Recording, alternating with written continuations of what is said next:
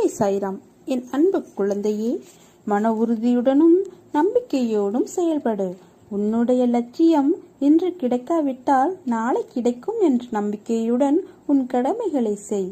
நாளையும் கிடைக்காவிட்டால் மறுநாள் கிடைக்கும் என எதிர்பார். இந்த மன வலிமையோடு நீ செயல்படும் போது உன்னுடைய லட்சியத்தை நிச்சயம் ஒரு நாள் நீ அடைவாய். உலகமே இருள் சூழ்ந்தது போன்று உள்ளதா? இன்னும் எத்தனை நாள் இந்த வேதனையும் துக்கமும் என்ற கேள்வியும் அதில் உள்ள உன் வழியின் ஆதங்கத்தையும் உணர்கிறேன். கவலை கொள்ளாதே, இந்த நிலை கூடிய விரைவில் மாறும். நீ உன் கர்ம பந்தத்திலிருந்து விடுபட்டு சந்தோஷமாக வாழ்வாய். என் வாழ்க்கையில் போராடி போராடி நம்பிக்கையையும் பொறுமையையும் இழந்துவிட்டேன் என்று கூறாதே. உன் மூச்சு எவ்வளவு முக்கியமோ அதை போலத்தான் வாழ்க்கையில் வெற்றி பெற நம்பிக்கையும் பொறுமையும். உன் மூச்சை நீ இழந்து விட்டாயா? இல்லை அல்லவா? இழந்துவிட்டேன் என்று நினைக்கும் இடத்தில்தான் உன் வாழ்நாளில் நீ பெறப்போகும் பொக்கிஷம் அடங்கியுள்ளது. எல்லாவற்றையும் நீ அடைய வாழ்க்கையில் சில நேரம், சில நாட்கள் அல்லது சில வருடங்கள் கூட ஆகின்றது. அதுவரை நம்பிக்கையுடனும் பொறுமையுடனும் செயல்பட்டு கொண்டே இரு. உனக்கு நான் நல்லது மட்டும்தான் செய்வேன். நல்லதே நடக்கும். என் பரிபூர்ண அருளும் ஆசீர்வாதமும் அன்பும் பெற்ற என் பிள்ளை நீ. நிச்சயமாக நல்ல ஆரோக்கியத்துடன் எல்லா செல்வ வளங்களையும் பெற்று மகிழ்ச்சியான வாழ்க்கையை பெறுவாய். உன்னை ஏளனமாக பார்த்து நகைத்தவர்கள் முன்னிலையில் கொடியாய் நீ உயர்ந்து நிற்கப் போகிறாய். மனதில் உள்ள குழப்பங்களை எண்ணி கவலை வேண்டாம், எல்லாம் சரியாகிவிடும். இனி உன் வாழ்க்கை சந்தோஷமாகும். என் மீது நம்பிக்கையுடன் இருப்பவர்களை நான் கைவிட மாட்டேன். நான் உனக்கு துணையாக இருக்கும் உன் கடவுள். இன்றிலிருந்து உன் கஷ்டங்களை விலக்கி மன நிம்மதியை தர வேண்டியது என் பொறுப்பு. என்னை நம்பி வழிபடு, உனக்கு நல்லதே நடக்கும். நலம் பெருகட்டும், வளம் பெருகட்டும். தடைகளை கண்டு துவண்டு விடாதீர்கள். வாழ்க்கை என்னும் பாதையில் பெரிய குழியில் தடுக்கி விழுந்தாலும் இத்தோடு நம் கதை முடிந்தது என்று கருதாமல் குழியில் இருந்து மேலே வருவது எப்படி என்று எண்ண வேண்டும். இடையூறுகள், ஐயப்பாடுகள், துன்பத் துயரங்கள் போன்றவை எல்லா மனித வாழ்விலும் வருவது இயல்புதானதான். ஆனால் சிலர் அதிலே துவண்டு வாடி விடுகிறார்கள். அப்படிப்பட்டவர்கள் தோல்வியை தழுவது தவிர்க்க முடியாதது. ஆனால் வெற்றியாளர்கள் எத்தகைய இக்கட்டான சூழ்நிலையும் கடந்து போய்விடுகிறார்கள். எதையாவது சாதிக்கும் முயற்சியில் இறங்கினால் தடைகள் உறுதியாக குறுக்கிடத்தான் செய்யும். எல்லோருக்கும் இப்படி நேர்ந்திருக்கும். ஆனால் அந்த தடைகளை நம் பயணத்தை நிறுத்திவிடக்கூடாது. பாதையில் சுவர் குறுக்கிட்டால் ஓட்டத்தை நிறுத்திவிட்டு திரும்பி போகக்கூடாது. அதை தாண்டி போவது எப்படி என கண்டுபிடிக்க வேண்டும். வெற்றி எல்லாம் எடுத்தவுடன் கிடைத்து விடுவதில்லை. இடையிடையே தடைகள் மனச்சோர்வை உண்டாக்கக்கூடிய நிகழ்ச்சிகள், இன்னும் பிற சிக்கல்கள் எல்லாம் ஏற்படும். அதனால் தளர்ச்சி கொள்ளக்கூடாது. நமக்கு ஏற்படும் தடைகள் தான் நம்மை நின்று நிதானித்து சிந்திக்கச் செய்கின்றன. அடுத்த அடியை எப்படி, எவ்வளவு அழுத்தத்தோடு எடுத்து வைக்க வேண்டும் என்பதற்கு அத்தகைய தடைகள் கூட நமக்கு தேவைதான். வெற்றி பெற்றவர்களை கேட்டு பாருங்கள். அப்பப்பா, என்னுடைய முன்னேற்றத்திற்குத்தான் எத்தனை தடைகள் இருந்தாலும் நான் மனம் தளரவில்லை, சளைக்காமல் முயன்றேன், அதனால்தான் இன்று இந்த நிலையில் வாழ்கிறேன் என்பார்கள். பயணம் செய்யும் போது வழியில் கல்லும் முள்ளும் இருக்கத்தான் செய்யும். நாம் தான் பார்த்து நடக்க வேண்டும். தவறி போய் முள் குத்தினாலும் அதை பிடுங்கி எறிந்துவிட்டு பயணத்தை தொடர வேண்டியதுதான். அதற்காக அங்கேயே அமர்ந்து விடுகிறோமா என்ன? நம்மை தொல்லைகள், துன்பங்கள், தடைகள் குறுக்கிடும் போது துவண்டு விடாதீர்கள். அதுதான் வாழ்க்கை என்று உங்கள் திறமைகளுக்கு நீங்களே முற்றுப்புள்ளி வைக்காதீர்கள். அதையும் மீறி நம்மால் முடியும், எதிர்கொள்ள முடியும் என்ற மன உறுதியுடன் சிகரத்தினை நோக்கி சலிப்பின்றி பயணம் செய்யுங்கள். எந்த தடைகளுக்கும் அஞ்சாதீர்கள். அவற்றை வரவேற்று கொண்டாடுங்கள். ஏனெனில் தடைகள்தான் உங்களின் திறமைகளை வெளிக்கொண்டு வரும். நெருக்கடியான காலகட்டம்தான் மிக சிறந்த மனிதனை அடையாளம் காட்டுகின்றன. கவனத்துடன் படிப்படியாக முன்னேறும் மனிதன்தான் மிகப்பெரிய அளவில் வெற்றி பெறுகிறான். தப்பாக பேசினாலோ, கீழ்த்தரமாக நடத்தினாலோ, இல்லாததும் பொல்லாததும் சொன்னாலோ வருத்தப்படாதே. அவர்களுக்கு எங்கே எப்போ பதில் சொல்ல வேண்டுமோ அப்படி நான் பதில் சொல்லி அவர்களுக்கு புரிய வைப்பேன். நான் எப்போதும் உன்னை நோக்கியே உள்ளேன். என் கண் இமை போல் காப்பேன். காற்று உன்னை கரைக்காது, கத்தி உன்னை வெட்டாது, தீ உன்னை எரிக்காது. நான் சர்வ சக்தி வாய்ந்தவன் என்று நினைத்து உன் லட்சியத்தை நோக்கி போய்கொண்டே இரு. எல்லாம் நல்லதாகவே நடக்கும். உன் துன்பங்கள் விலகியது. இனி நீ போதும் என கூறும் அளவிற்கு நன்மை செய்ய போகிறேன். பொறுத்திருந்து பார். எந்தவித சூழ்நிலையிலும் உன்னுடைய முயற்சியிலிருந்து விலகாதே. மனதில் ஏற்படும் ஆசைகளை நிறுத்தி வைப்பது மிகவும் கடினம். மனதில் ஏற்படும் வலிகளின் விளைவு துன்பம். எதற்காகவும் கலங்காதே. எதற்கும் இடம் தரந்து நினைக்காதே. எத்தனையோ தருணத்தில் துயரங்களை அனுபவித்து விட்டாய். இப்போது காலம் நேரம் ஒன்று சேர்ந்து வந்திருக்கிறது. அனைத்திலும் இருந்து விடுபட போகிறாய். இழந்தது அத்தனையும் வந்து சேரப்போகிறது.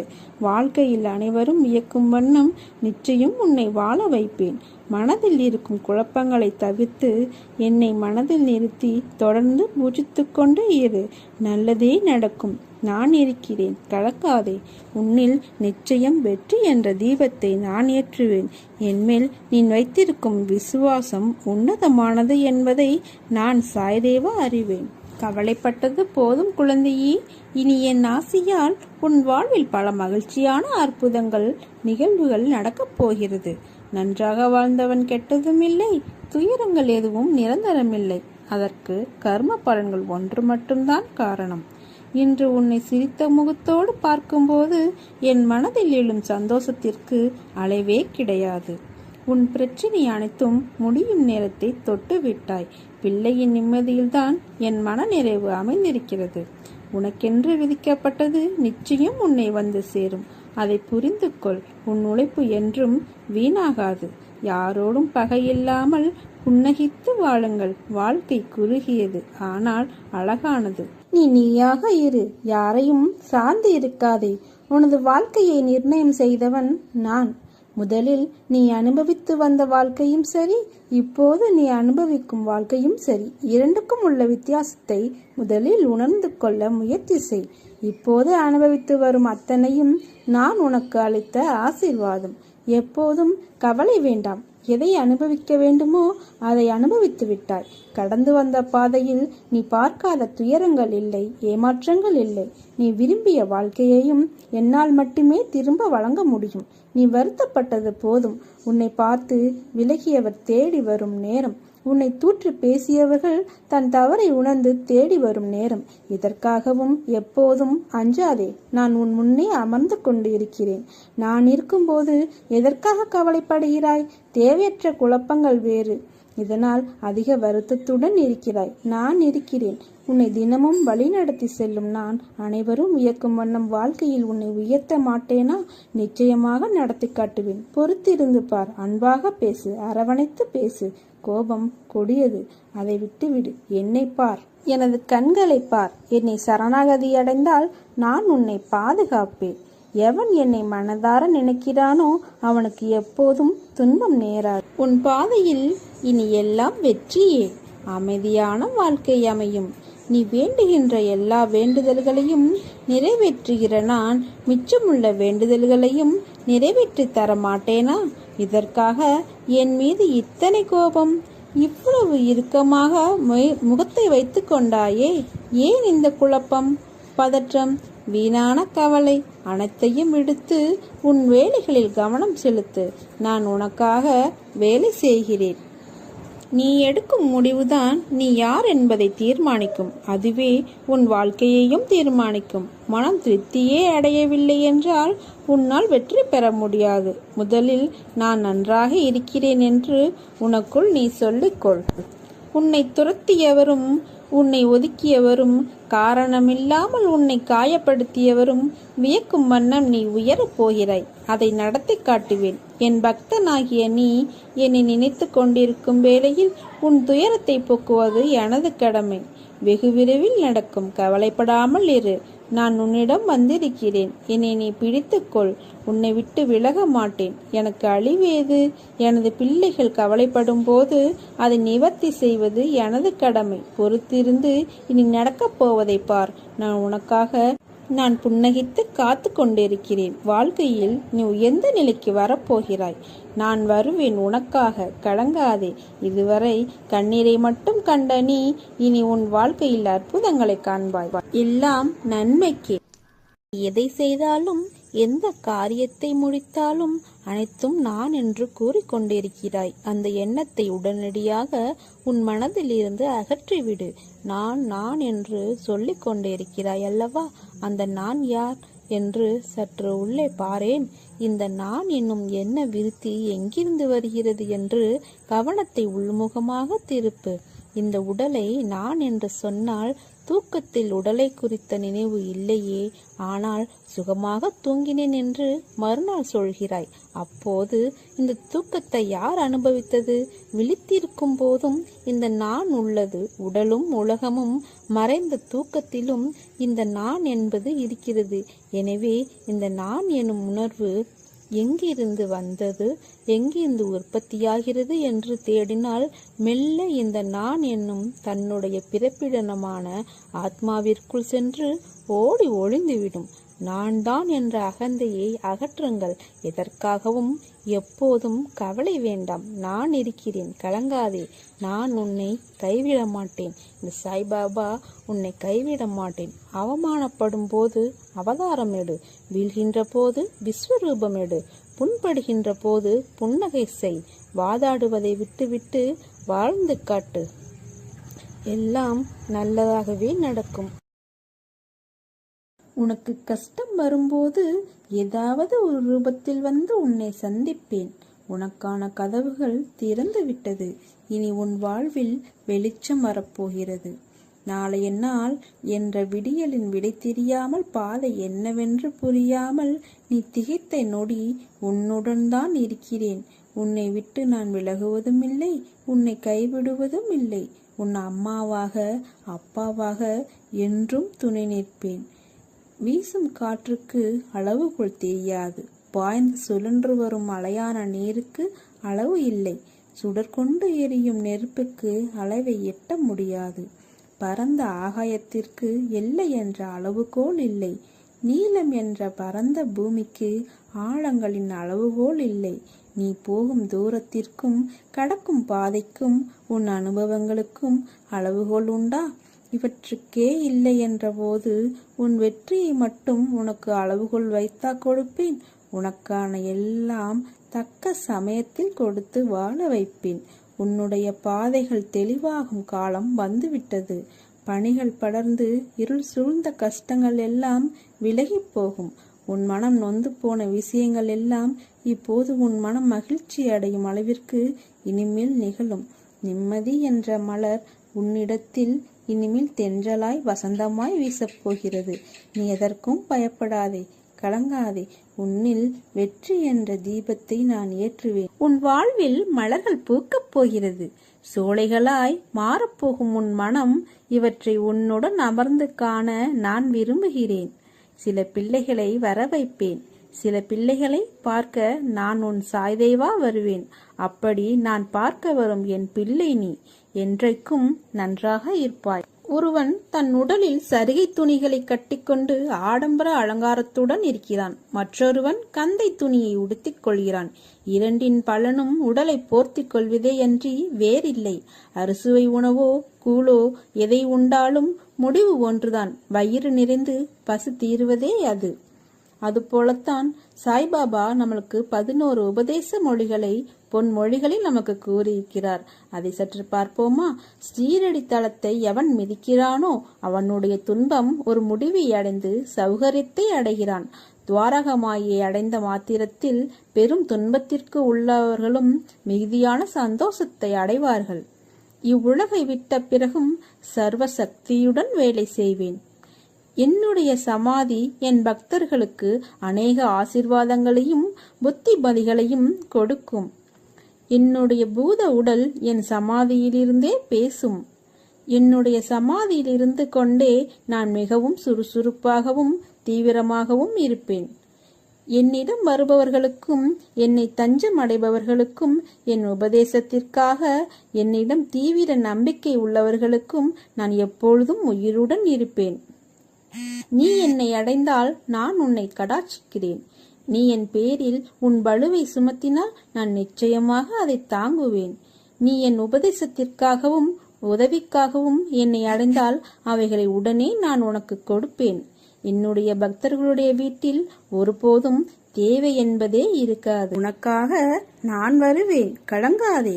இதுவரை கண்ணீரை மட்டும் கண்ட நீ இனி உன் வாழ்க்கையில் ஜெயிக்கப் போகிறாய். பக்தர் எங்கே சென்றாலும் எவ்விடத்தில் இருந்தாலும் சாயி அவருக்கு முன்னமையே அங்கு சென்று சற்றும் எதிர்பாராத வகையில் தரிசனம் அளிக்கிறார். எல்லாம் சரியாகிவிடும், எதற்கும் அஞ்சாதே. உன்னோடும் உன் குடும்பத்தோடும் நான் என்ற உன் சாய்தேவா இருக்கிறேன். நிச்சயமாக நல்ல ஆரோக்கியத்துடனும் எல்லா செல்வ வளங்களையும் பெற்று நல்ல பெயருடன் மகிழ்ச்சியான வாழ்க்கையை பெறுவாய். உனக்கு ஜெயம் தரும் சாயப்பா சொல்கிறேன்.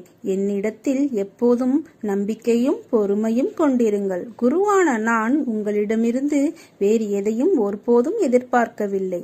நான் உங்களை ஒருபோதும் புறக்கணிக்கவும் இல்லை. எப்போதும் உங்களை பாதுகாப்பேன். நான் உங்களுடனே தங்கி வாழ்கிறேன். ஒரு சில சமயம் உங்களை பிரிந்து இருப்பேன். எனினும் என்னுடைய அன்புடைமைக்கு தேவையோ அன்பின்மையோ நான் காட்டுவதில்லை. தாய் ஆமையானது தனது இளம் குட்டிகள் தன் அருகில் இருப்பினும் தன்னை விட்டு நீங்கி ஆற்றின் அக்கறையில் இருப்பினும் தனது அன்பு பார்வையில் பேணி வளர்ப்பதை போன்றே அதே விதமாக நானும் உங்களை என் கண்ணோட்டத்திலே எப்போதும் பேணி பாதுகாப்பேன். எல்லாவற்றையும் நானே பார்த்து கொள்கிறேன். எதற்காகவும் கலங்காதே. உன்னோடும் உன் குடும்பத்தோடும் சாய் தேவா நான் இருக்கிறேன். நல்லதே நடக்கும், நல்லது மட்டுமே நடக்கும். எப்போதும் நல்லதே நடக்கும். ஆன என் துணை என்றும் உண்டு. உன்னை நிச்சயம் நல்வழிப்படுத்துவேன். உனக்கான வழிகள் எல்லாம் வெற்றியாய் இருக்கும். அதற்கு நான் பொறுப்பு. என் பரிபூர்ண அருளும் ஆசிர்வாதங்களும் அன்பும் எப்போதும் உனக்கு அருள்வேன். மகிழ்ச்சியுடன் கூடிய நல்ல வாழ்க்கையை வாழ்வாய். நீ கேட்டதை தருவதற்கு நான் தயாராக இருக்கின்றேன். பெறுவதற்கு நீ என் வாசல் தேடி வா. வாழ்க்கையில் ஜெயித்திட முயற்சிகளும் உழைப்புகளும் மிக அவசியம். நானும் உழைக்கின்றேன், முயற்சிக்கின்றேன். பிறகு ஏன் எனக்கு வெற்றி என்னும் கிரீடத்தை ஏன் சூடவில்லை என்று கேட்கிறாய். உன் உழைப்பும் முயற்சியும் உண்மைதான். ஆனால் வெற்றி என்ற பூக்களை பறிக்க சில முட்களிடம் நீ காயப்பட வேண்டும். காயப்பட வேண்டும் என்பதை விட வாழ்வின் இன்னொரு பக்கம் இருக்கும். தோல்வி என்ற மிகப்பெரிய பாடத்தை கற்க வேண்டும். உன் வெற்றிக்கு நடுவில் உனக்கு ஏன் இந்த சறுக்கல் தோன்றுகிறது? மன வலிமையை சோதிப்பதற்கே அது நடத்தப்படுகிறது. மன வலிமையுடன் நீ போராடி அதற்கான துணிச்சலை கொண்டு அவற்றுக்கு வரும் தடையை நீ எதிர்த்து பொறுமையும் நிதானத்துடன் நம்பிக்கையுடன் செயல்பட்டால் அகிலமே உனக்கு கிடைத்த வெற்றி என்ற உணர்வை நீ அடைவாய். உனக்கு வரும் கஷ்டங்களால் அந்த நேரத்தில் மனச்சுமை அதிகமாக இருக்கலாம். ஆனால் நீ மனந்தளராது நின்றால் எல்லாம் வெற்றியே. நீ நடுவில் நிற்கதியாய் நிற்பதை போன்று உணர்கிறாயா? நடுவில் எந்த துணை இல்லாமல் நிற்கதியாய் நிற்கிறேன் என்ற எண்ணத்தை மறந்து ஒரு நிமிடம் கண்மூடி மன அமைதியுடன் எதையும் யோசிக்காமல் சாந்தமாக மாறி அமைதியான சூழலை உனக்குள் கொண்டு வா. அந்த நிமிடம் நீ நிற்கின்றதே என் பிடியில்தான். உன்னை நான் என்ற உன் சாய்தேவா தாங்குகிறேன் என்பதை மனமாற உணர்வாய். எதற்கும் அஞ்சாதே. எதையும் துணிந்து எதிர்த்து நில். உனக்கான என் துணை என்றும் உண்டு. உன்னை நிச்சயம் நல்வழிப்படுத்துவேன். உனக்கான வழிகள் எல்லாம் வெற்றியாய் இருக்கும். அதற்கு நான் பொறுப்பு. என் பரிபூர்ண அருளும் ஆசிர்வாதங்களும் அன்பும் எப்போதும் உனக்கு அருள்வேன். மகிழ்ச்சியுடன் கூடிய நல்ல வாழ்க்கையை வாழ்வாய். ஓம் ஸ்ரீ சாய்ராம்.